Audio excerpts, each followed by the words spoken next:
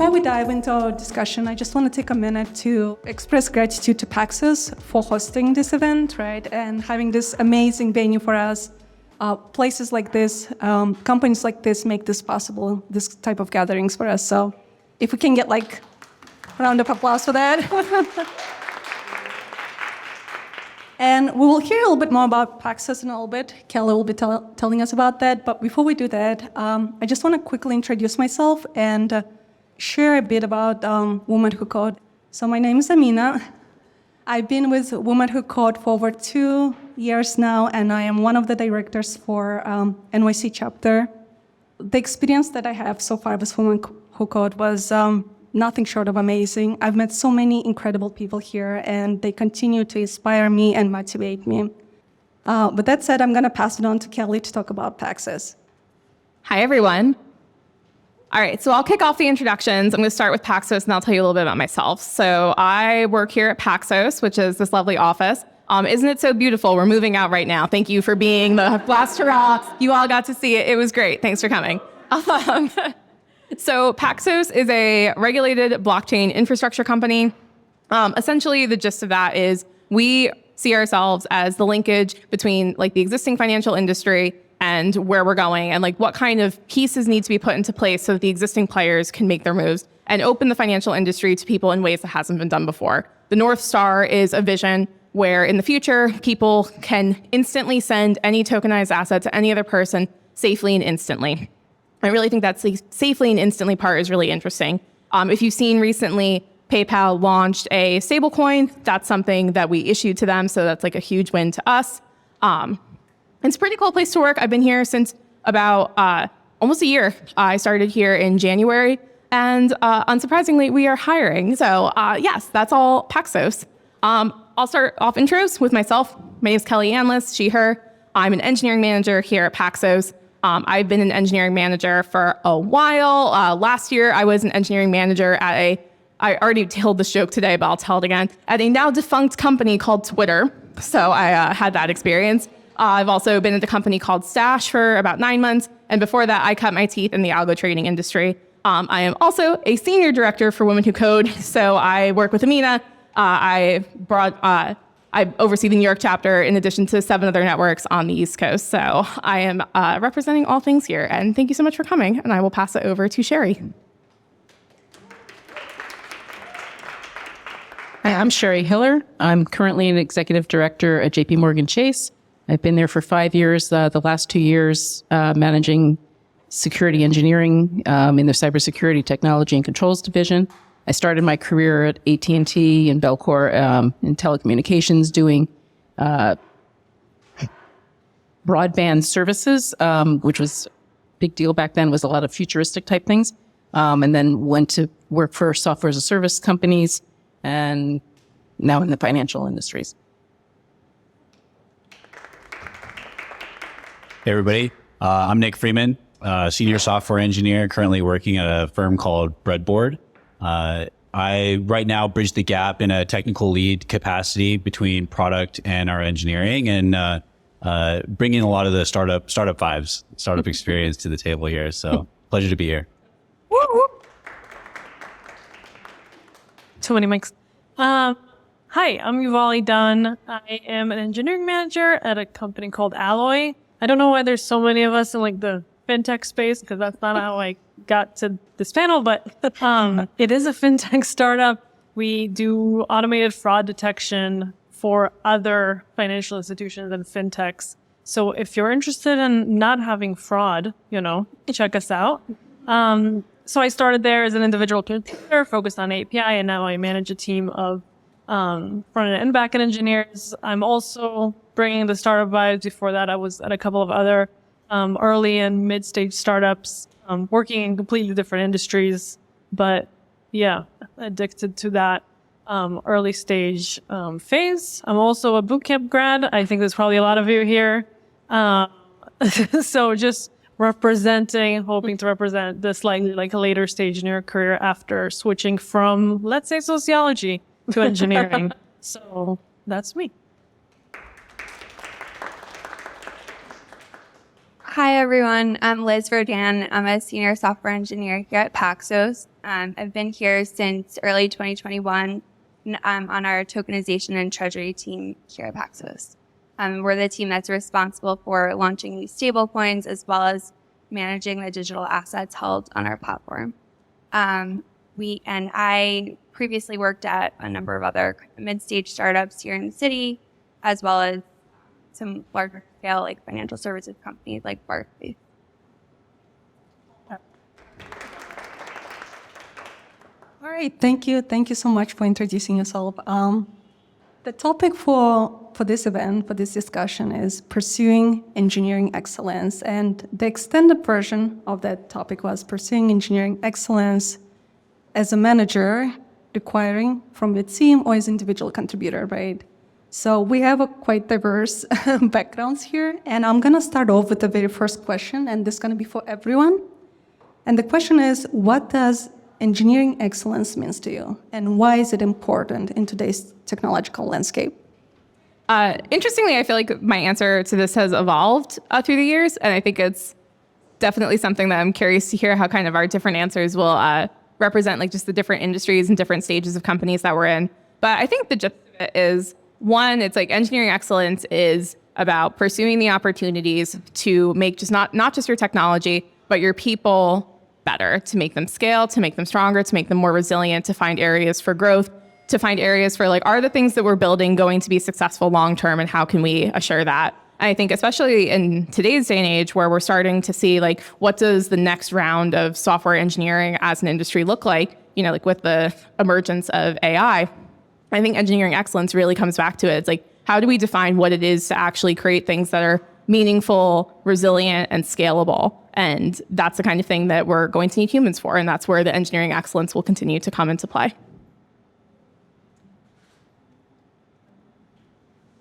So I have a few other thoughts on this as well. So I think one really important aspect of engineering excellence is taking ownership of the full software development lifecycle, kind of from inception to delivery. So working with other like non-technical stakeholders to understand your requirements, making sure you have engagement from other engineers on your like architecture, like design plan.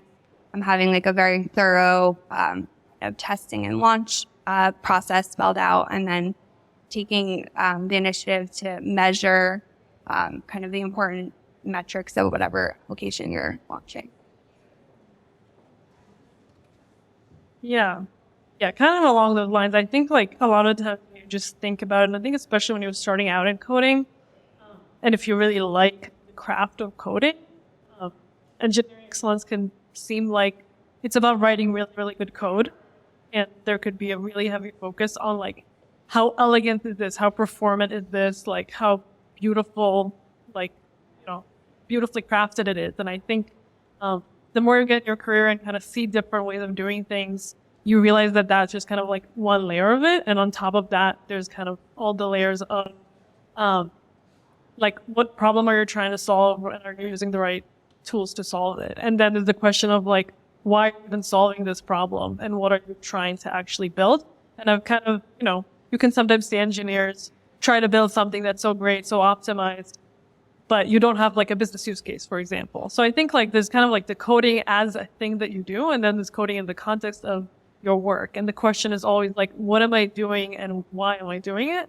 And that could mean, you know, I'm building something that's really easy to read, because other people will have to look at this, and that will make it easier for us to build more stuff in the future, or making this really scalable because I know that someone is going to, you know, need that scalability at that scale. So I kind of think about it as like, yeah, like always being in touch with not just even software development cycle, but like the business side of things, which is maybe not as, but always thinking about, yeah, why am I even trying to solve this problem? And am I doing it the right way? Having more tools to address it.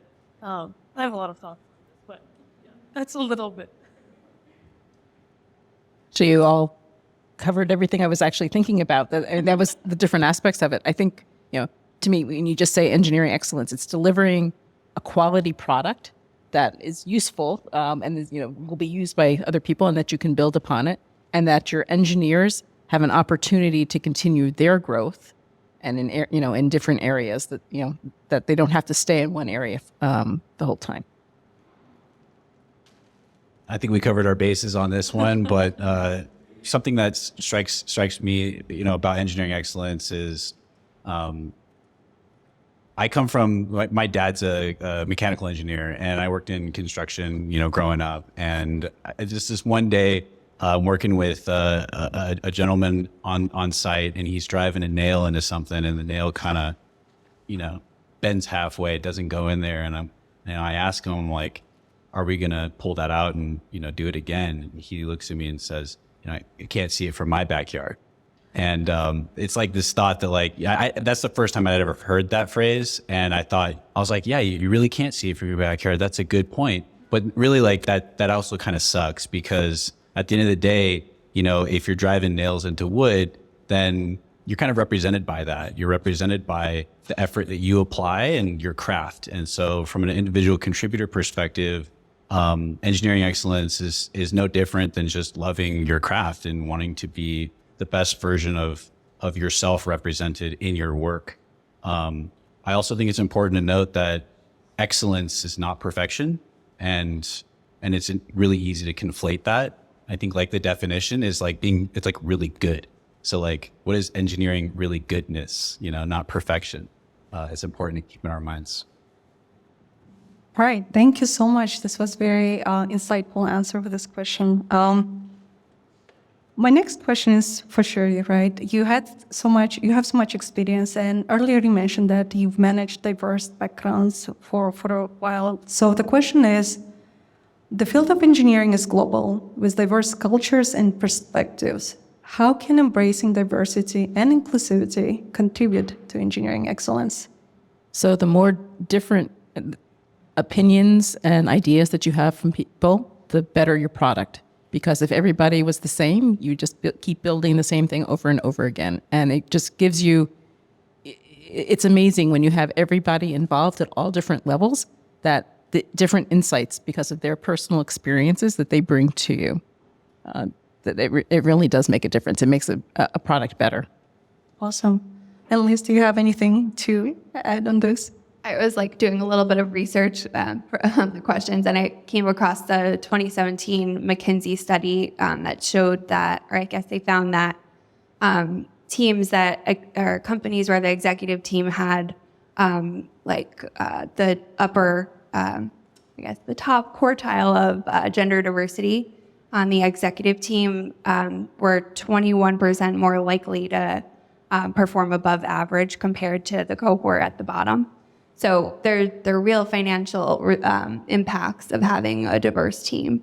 In practice, I think having a diversity of opinions, both from a gender standpoint and also from professional background standpoint, it can make a big difference to make sure you're coming at the problems you're trying to solve from a variety of angles. And Nick, do you want to add to this question? I appreciate bringing in as different perspectives that you can bring to the table, the better off the solution's going to be. Whenever you're confronted with, engineers can literally do anything they want. They can't do everything. And if you let engineers, and maybe I should speak for myself, but if you let engineers go wild, they will build the machine that does everything and possibly nothing at the same time. And so constraints are really good to have. And when you get constraints, now you can start to build a solution. And, folks who are different fundamentally in where they came from and who they are will trickle down into the ways they approach solutions. And when you bring the diversity of problem solving, solutions to the space, then you're gonna arrive at the better outcome.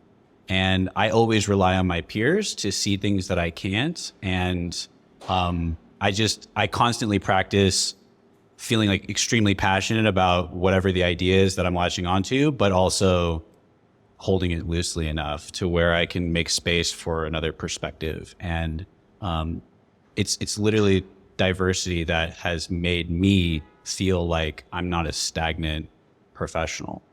And I'm really grateful for that. Yeah, I just want to add one thing. So again, why you want to have somebody else test your code or look at your code, right? Because you're going to look at one thing one way and somebody else is going to look at another part of it. It doesn't like make me feel like incompetent or something. It's like, it's really great, and I actually love being wrong, like that's really nice. Better that they find it than going into production. So, right. One thing to add to this from my side, I've been a tech lead. I got promoted to tech lead like about 8 months ago. And one of my responsibilities was to like review PRs. And let me tell you, it's a bit of a humbling experience because I'm looking through these PRs and every time it's like, I did not know you could do that. This is such a great way to like implement this. So it's definitely been a lot of learning for me, like having other people with the different backgrounds, seeing how they're solving the problems. And then me thinking like, how come I haven't done it this way? So it's definitely been helping for me as well. And I'm gonna move on to the next question. This is gonna be for Kelly, right? So how can setting clear expectation for engineers at various career stages contribute to pursuing of engineering excellence? And what would be the example of those expectations? Yeah, this is a good one. And it actually feels very related to what everyone was just saying about like diversity of experiences.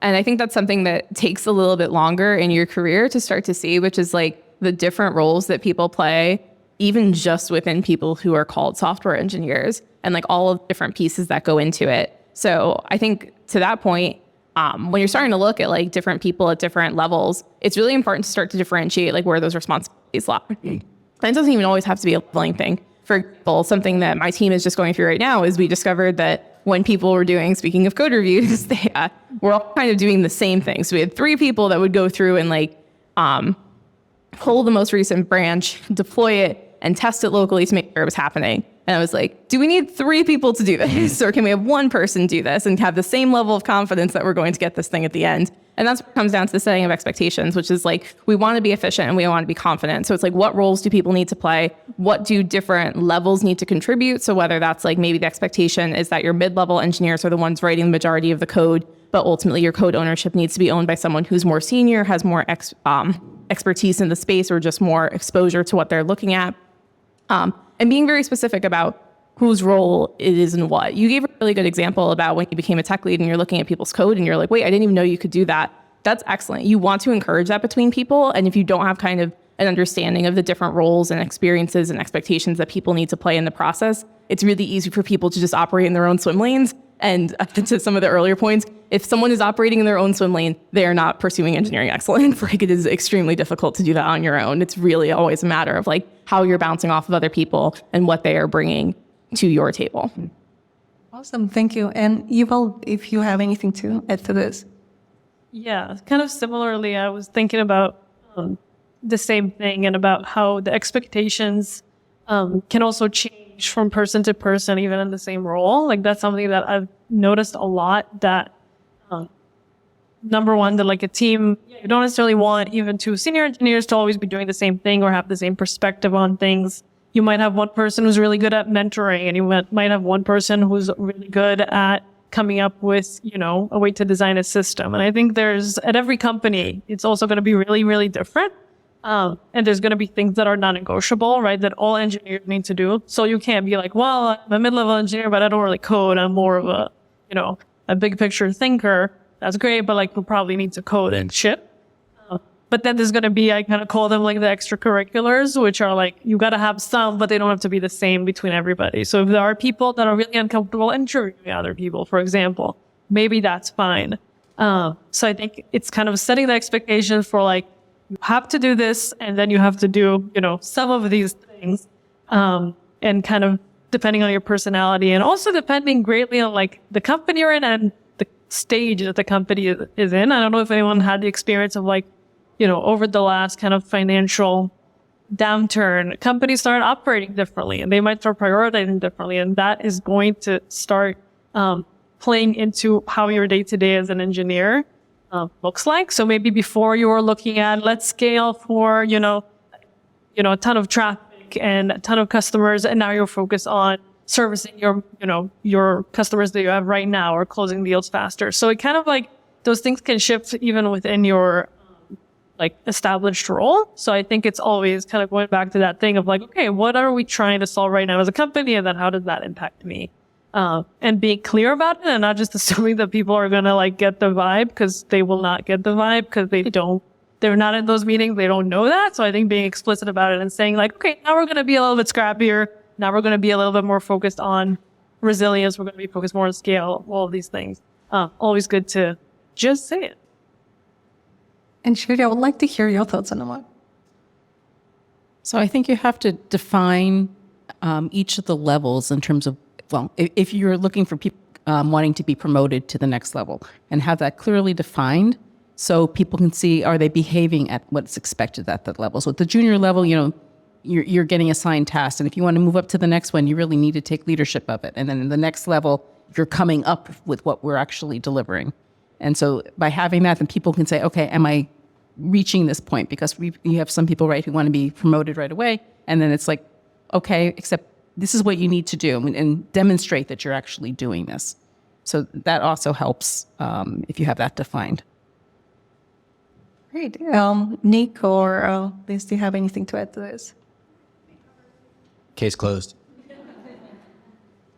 So talking about promotion, I do have one interesting question. And Sherri, if you want to take this one.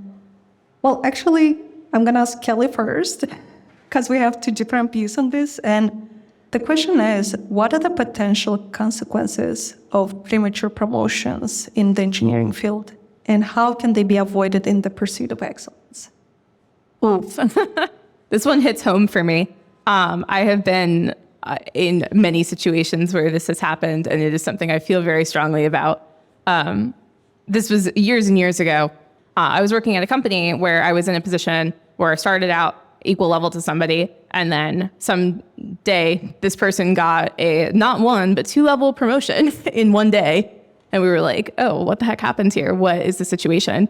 On one hand, the level of turmoil it caused amongst the group was very long reaching. It took years for us to recover like professionally from that experience. And, all of the best intentions were made there. But it just set up an expectation that no one else was ever able to meet. That person couldn't meet the expectation of the new role. Kind of to Sherri's point, the levels were not well defined, so it allowed for this sort of thing to happen, but it created such like a tension and a lack of cohesion between the group that it was hugely irresponsible. So then that person ended up leaving, of course, not too long after, and left a big hole in the company. Another one is like, just from the perspective as an EM, when you don't have these expectations well set about like what it means to be like excellent and to be excelling at, and maybe that's the better word. I kind of like what Nick said earlier about like, it's not about being like excellent. It's just about being like pretty good and pretty consistent. So are you excelling at points in your role? If you don't have that, it makes it very difficult to have any level of standard across your company, because any one individual's expectations about like what it means for them to be excellent is probably different from somebody else's, and their managers are probably different, and they probably don't agree on it. And what does that mean? It means people getting promotions at different times. It means people getting paid different amounts of money, and we all know how we feel about that. That is not fun. So I would say those are like the big consequences you end up facing, is like, in addition to I didn't even touch on like the technical ones where you're putting people in responsibilities they really haven't been trained for, and they really haven't gotten the breadth of experiences that would make them comfortable making the decisions that they would have to make at that level of responsibility. It's also just going to cause a lot of turmoil internally. And it kind of all comes back to like, do you know what those expectations are, and can you hold people to them? Interesting. And Sherri, do you have anything to add on this?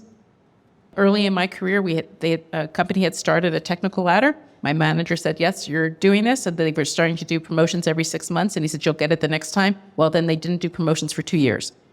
It was, and again, so that gives it, the people are very upset. I mean, when they did promotions again, I got it. But again, when you're setting expectations and you don't get it that time. And because a lot of companies have quotas for how many promotions they can do in a year. So you have people who meet this criteria and they don't get promoted. So it's, and a lot of bad feelings with that. And you managers really have to work with it, and you try to give them extra money and, and promises. But that also leads to big problems too. So. And also, you have to tell your manager that you want to be promoted. They are not mind readers, and if you don't put that into their thoughts, there's like, oh, I didn't really realize that you wanted to people manage or you wanted to lead that project. So don't be afraid to stand up and actually, say, no, that's what I want to do. The urgency. What can you help me understand? What a great way that you hear somebody saying, "I want to be promoted." What does that sound like as a software engineer?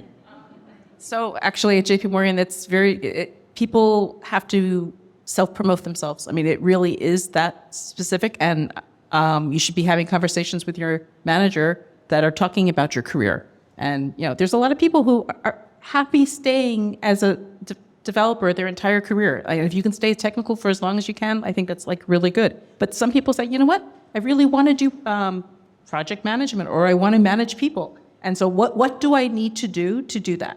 So you really want to talk about a career plan, like, what training should you do? What other projects maybe you should be working on? So you should be having regular career discussions with your management. All right, thank you. Thank you so much for this. My next question is for Liz, and this is about in what ways can senior engineers play a pivotal role in fostering engineering excellence, particularly in terms of delegation and driving positive change? So I think there are a lot of different aspects of this. So just kind of at a top level, you can be advocating for your team, kind of improving the quality of your platform architecture, like partnering with your manager, or like quarterly roadmap planning, identifying areas of the code base that could use improvement, and then just hands-on, through code reviews, just noticing areas of improvement and kind of being an active advocate for incremental improvement among the team.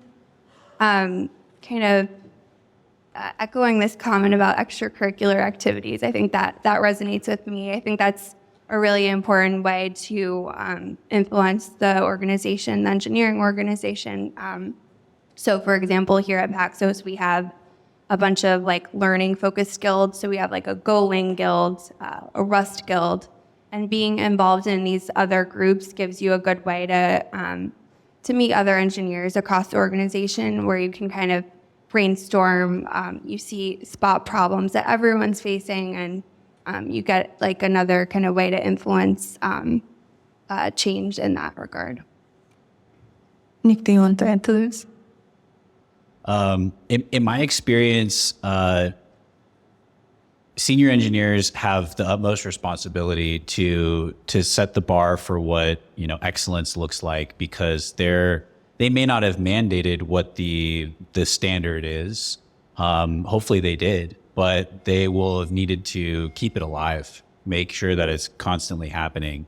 And when you're working at a level where you're so familiar with the code base and the problem space you're solving against, then the question becomes, how do you replicate some of the good things that you're doing across the team? And it could really mean that you are actively programming less, but you're programming with other people more. They're doing the driving, and you're helping to really time box whatever the thing is you're trying to achieve with a peer, make sure that you go about it together, and you find yourself coaching in a lot of ways. I personally have found that to be extremely effective when I can't be pulling down all the branches all the time to set up a testing environment for unique situations and just kind of like swap between environments all day long. Instead, I would schedule like 3 different calls with 3 different people. And the day before I'd say, hey, are you open to taking this task on? And I'm not like farming out my work or something like that, but like I'm also making sure that the things that we need to get done are getting done. I'm making sure that whatever it is that has been seen as a positive contribution from my side is, it's emanated with the group.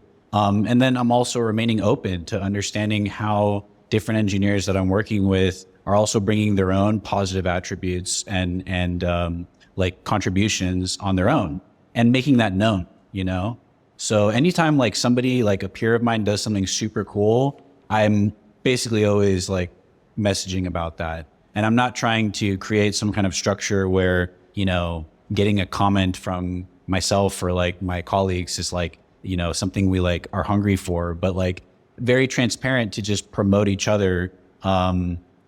Because, what are we doing? We're spending our time, our work hours together, and let's just be friends about it. So that's, yeah.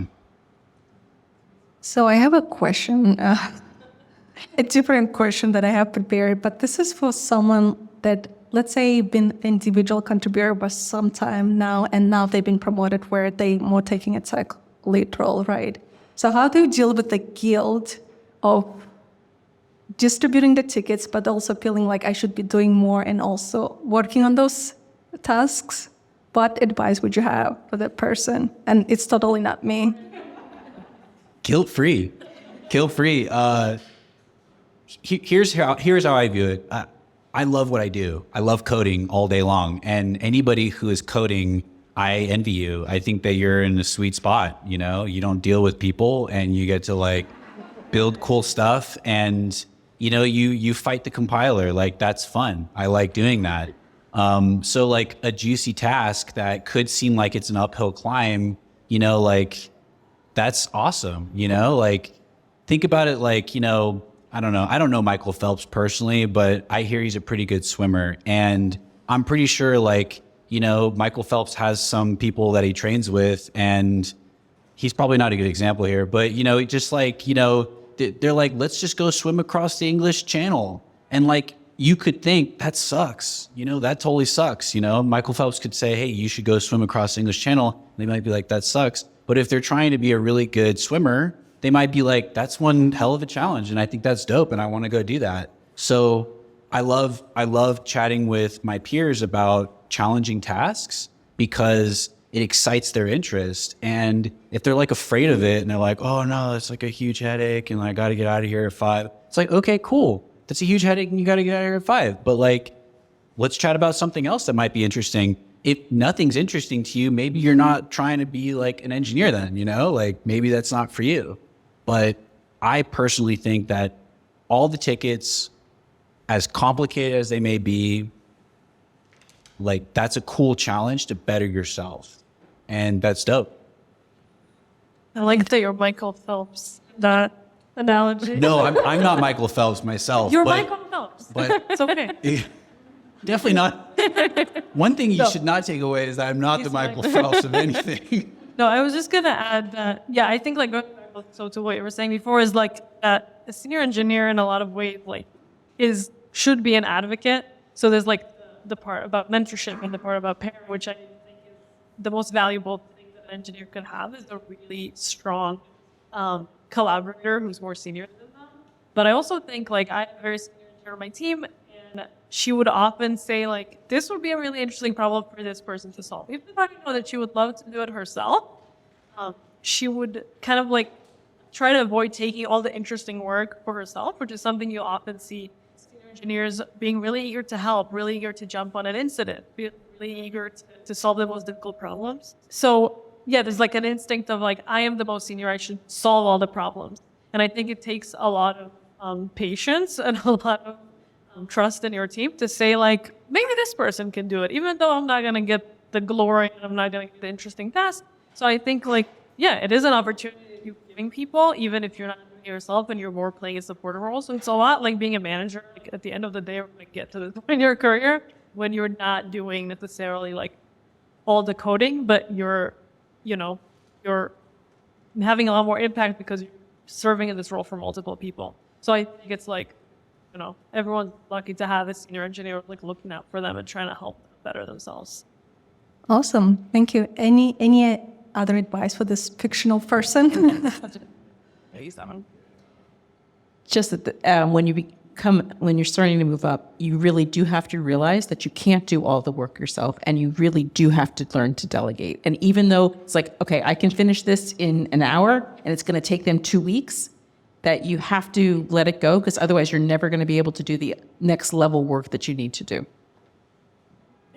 Awesome. It's not Michael Phelps related. It's really important to make sure that the people you're working with don't feel alone.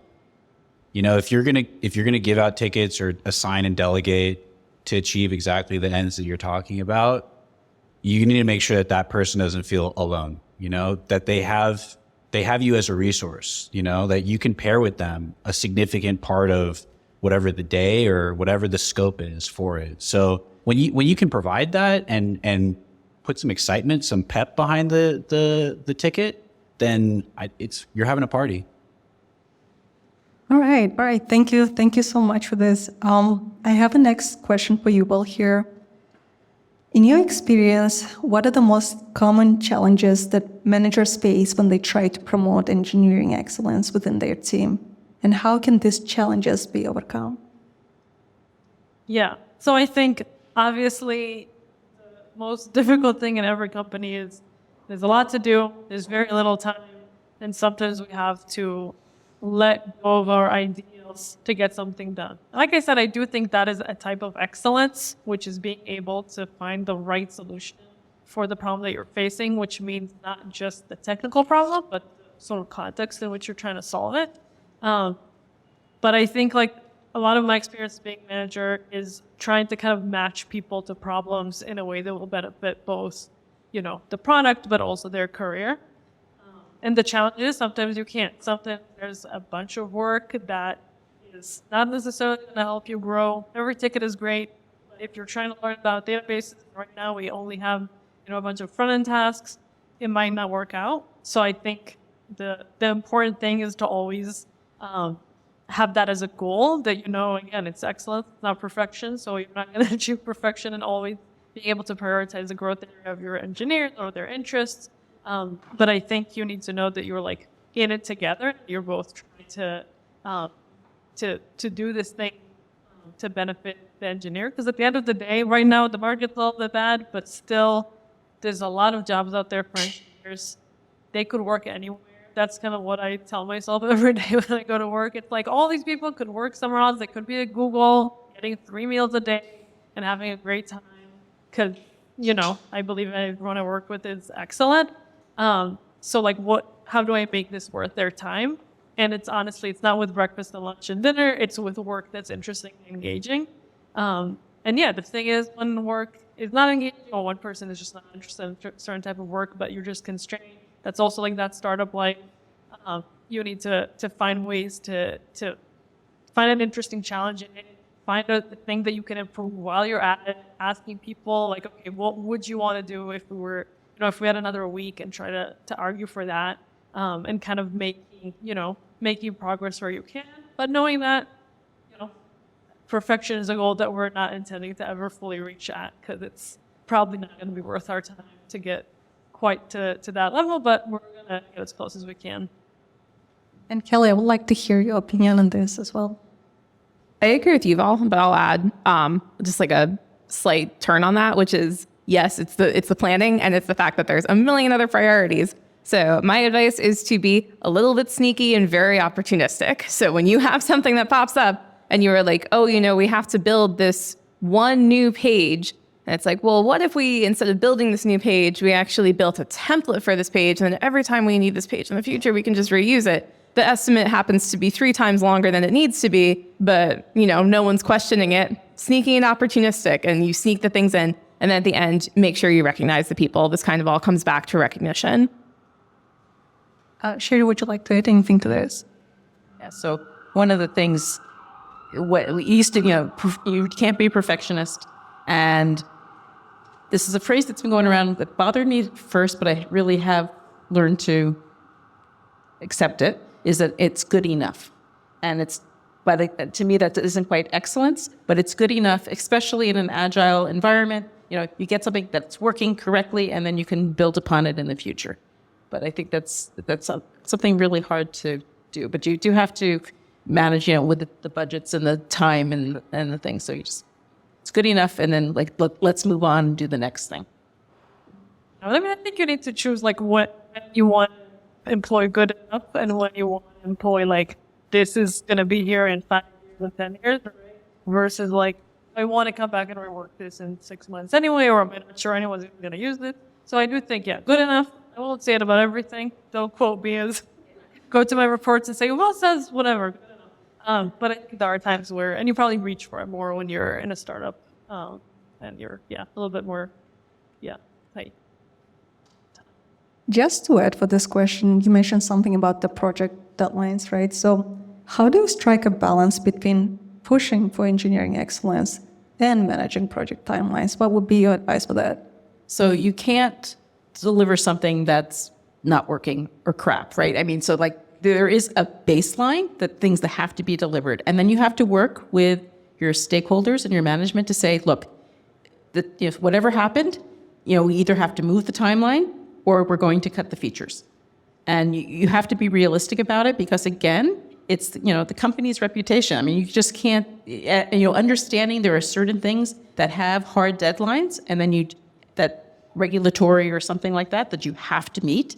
And then you have to, and then you put whatever resources you need on that and reprioritize. There's other ones like, is this deadline real? No, if we slip it 2 weeks, does it really matter? So that's what you have to look at.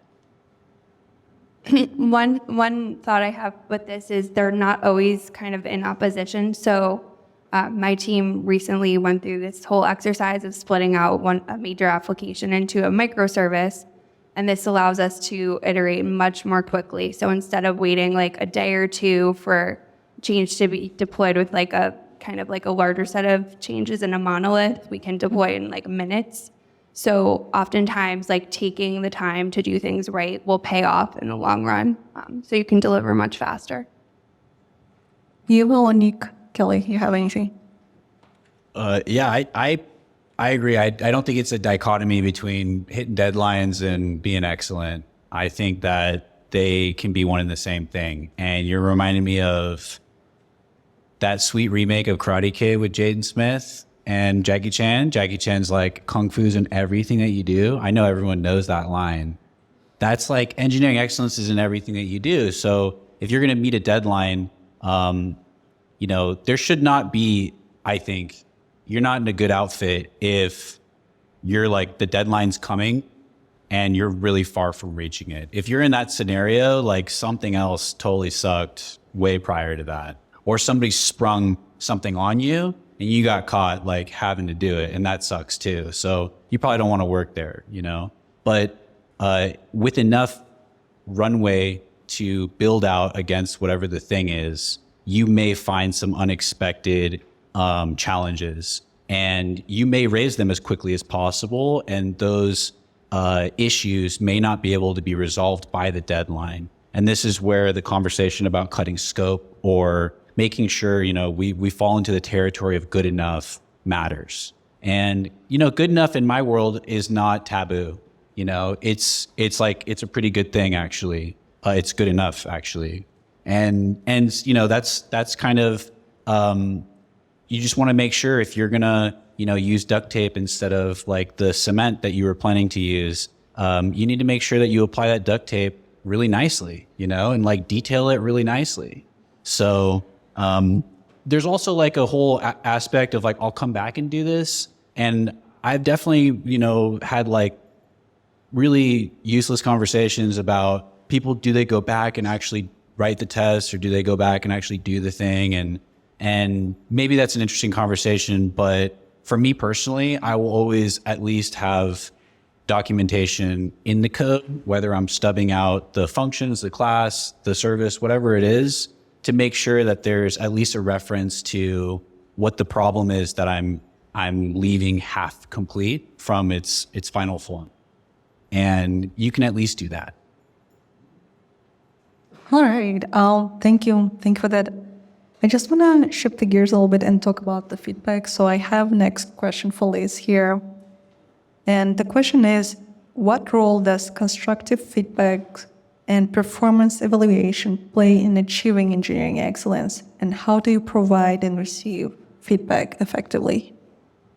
So the main ways that I was thinking about this problem, so I think that feedback it's kind of like coaching. It's really valuable to the person that you're giving the feedback to. So to echo the earlier point from Nick, I really like this idea of like multiple people kind of being in the trenches with given change, even if one engineer is driving it, like you're there partnering to like give them feedback on like, hey, like we could do it this way instead, or so code reviews is like one avenue, and then another avenue through like the retrospectives, like you can give kind of, the whole team will give guidance on like, here's what's going well, or like, here are things that like we could fix. So those are the two kind of channels that are top of mind.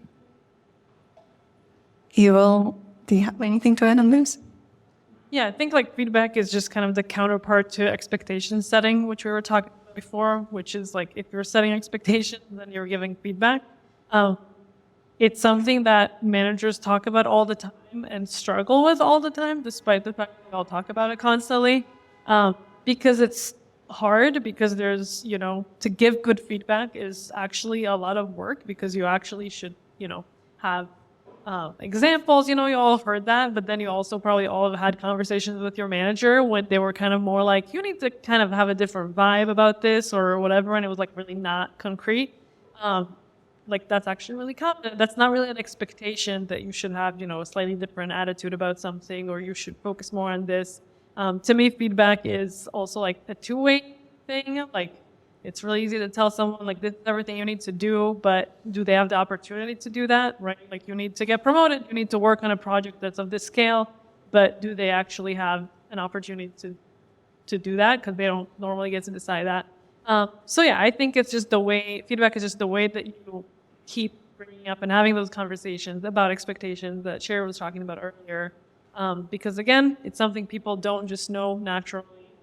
It's something that you have to be really explicit about. And I think it's also great to give feedback to your manager. If you can do that, they would appreciate it. And it will make your life better, unless they suck. And then you should have a different manager. But I do have one more question after this, but I would like to hear your opinion as well, maybe Kelly, Sherri, or Nick, if you'd like to talk about the feedback. So in a lot of companies, you have usually an annual review, maybe a mid-year review. So it's a much more formal process. But again, you should be talking to your manager, maybe your skip level manager, on a regular basis. And again, if somebody also does something really well, or there is some issue that comes up, giving feedback as soon as possible to that is also really important.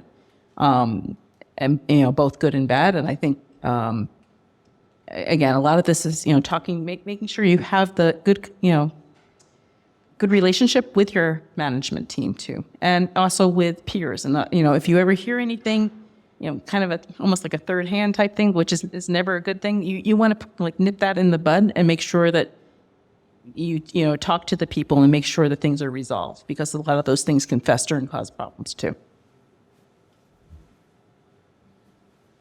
Sometimes my manager's my therapist, and I mean that in a good way, because I think, and you all tell me if I shouldn't be doing this, but We're all therapists. okay. So in a lot of feedback basically is it's emotions that you need to translate into words. And then when you translate them into words, that could either go well or not go well. So you have to figure out what your feelings are first. And whatever you're feeling in that moment, like some people will say, you got to give feedback in the moment. You got to wait till you really know what you're talking about. Like I would advocate for waiting. Sit with your feelings. Are they reoccurring feelings? Are you feeling like this is, day in and day out consistent? Then, okay, now you're actually at the stage of actionable or realistic feedback that's worth sharing. If you don't have those words though, and you're waiting too long and it is an issue, I think this is where working with your direct reports is super useful. And that's where the therapist comment comes from. Hey, can I run by a situation? I'm pairing with, my colleague, and I love this person, I love working with them and I think that they're really great, but a couple things are really hard for me. I don't mean anything bad by it, and I don't know if it's on me or if it's on them, and I want to get your take. If you can lay that out, then you're in good shape to at least communicate it. You don't have an answer, but now it's not all on you, and it's on your manager as well to fix that. You can go back to what's super rad, which is working with the code. Yeah, I do like your idea about waiting. So actually, somebody really ticks you off or something, especially if it's upper management really ticks you off, take a step back. Don't send that email right away. Think about it overnight, but don't stew about it for a week before you get to it. So again, step back, but do act on it. So yes, do wait a little. and maybe ChatGPT change it. Be like, can you make this nicer? Awesome. Thank you so much for this. So I do have one last question. What advice do you have for managers or individual contributors looking to create a culture of continuous improvement and excellence within their engineering team or personal careers? So the first thing that came to mind for me was just books. So especially earlier on in my career, I read a ton, and I think it's important to continue reading a lot. So like specific book recommendations like domain-driven design, clean code, building microservices. I think those are all really helpful if you want to be like improving your craft, but choose like whatever it is that you want to work on and take the time to kind of continuously learn in that area. That's fine. Yeah, I think another important thing for both managers and ICs is to just prioritize what you want to excel at. Because, yeah, there's a million things you can do, and I think, and everyone has priorities, but they kind of want to do all the priorities, which kind of beats the purpose of priorities. So really identify, like, this is, for me, super important, whatever it is. Like, documentation in the code, that's the one thing I think is really going to make a difference, and then start working towards that. Or if you're a manager, you know, the one thing I really want is I want the team to get really good at giving feedback. So focus on that. And I think like having one or two things that you set as your goal for, you know, not forever, but for a project or whatever it may be, will help you kind of like not be stuck in this noise of like everything should be better, like we need to excel. And then just like work with the people that you work with, like really lean into hearing other people's perspectives, collaborating with them, because there's nothing like, to me at least, like learning from other people. Engage with them about their code, meet with them, talk about what you're thinking about. It's just a really valuable resource and much better than working by yourself. Software engineering and code is a love affair, and you got to keep that love alive. So you got to figure out what it is that's going to be the long haul for you. And I'm sure, you know, in management, it's also that craft, the love for that craft, it's alive too. So you have to figure out how to keep it alive. And for me personally, like, you know, working with code is really great. Working with tools that enable working with code is also really great. I love exploring new technologies. I love exploring different software writing paradigms. I think it's really great. And I guess, you know, in the context of being in a business, you know, having a bias for action is really nice, but make sure, I guess the biggest advice other than keeping the love affair alive here with code is choose wisely what it is you want to give your energy to. It's finite. It's not every day. And, you know, you can't do Herculean overnight efforts to save the company. You maybe could pull off a cool thing once or twice, but it catches up with you. And like a 20-year career, which I haven't had yet, but learning from folks that have mentored me, you know, it stays alive from choosing the right battles and figuring out what you give your energy to. And so, you know, when you have a bias for action and you want to build something that you think is super cool, recognize that you're putting your heart into that. And when you share that with your team, you know, you kind of cornered yourself into, they all need to love this or I'm going to be really sad and I'm going to lose all my energy if I'm sad. And you don't want to do that to yourself. So you want to make sure that you choose things that are validated, that other people will actually see value in as well. And then really sink your teeth into that and just give it your all, you know? And those kinds of wins, I think, keep the love affair alive. It's great. Yeah, so I think, you know, reading a lot of books on whatever topics are interesting to you. One of the things when you went to school, you basically went to school to learn. Because I am an expert on so many things that nobody cares about anymore. So you have to be able to continuously learn especially in technology, right? You're going to learn new technology all of the time. This whole generative AI, I mean, when I did AI for grad school, and now we're finally able to do the things that weren't available for there. So that's like, okay, now I can finally do these things. But just willing to, you know, to learn about new things and realizing at this point you can't do anything. If you're looking for a new job, you know, that there's just way too many things. So you have to kind of pick what you would like to work on, or kind of say, I'm interested in this, I'll do this in the future. So, you just need to be open to new things. And there's, with the internet, you can learn anything you want. And one other thing, if you're working for a larger company, take advantage of any of the learning opportunities they have. Classes, whether or not, it could be in sociology or something like that, right? And just, you take that, and if they also have some kind of, not quite internship, but other types of programs that give you exposure to other areas of the company, do those too. I did that early in my career, and it was, it actually said why we were doing what we were doing. And that puts perspective on that. So it's more, whatever programs you have, there's some management training programs, there's other tech, engineering excellence programs. Take advantage of those. And, again, ask your manager, I want to go do this, or I want to go take, some evening class or something like that. Put it out there, and hopefully they'll pay for it too. So. Ask lots of questions. So if you're a manager, you cannot solve everyone's problems, but you can know what they are. And going back to the point about engineering excellence, you do not know all the things that are going on in everyone's day unless you ask and let them tell you. So I'd start from there. If you're an IC, again, ask questions. You will be shocked how transparent your boss will likely be when you're what's going on your side? And the more insight you have into what they're dealing with, the better off you're going to be. Similar to what Sherri was saying about just taking advantage of opportunities. Someone asked me earlier how we got this event here, because I don't think Paxos has hosted any. And I'm I don't know. I just started asking people until someone gave me an answer. That's how I hired an intern. We have had exactly one engineering intern. That's because I kept asking people until I got an answer. So whatever position you're in, ask lots of questions.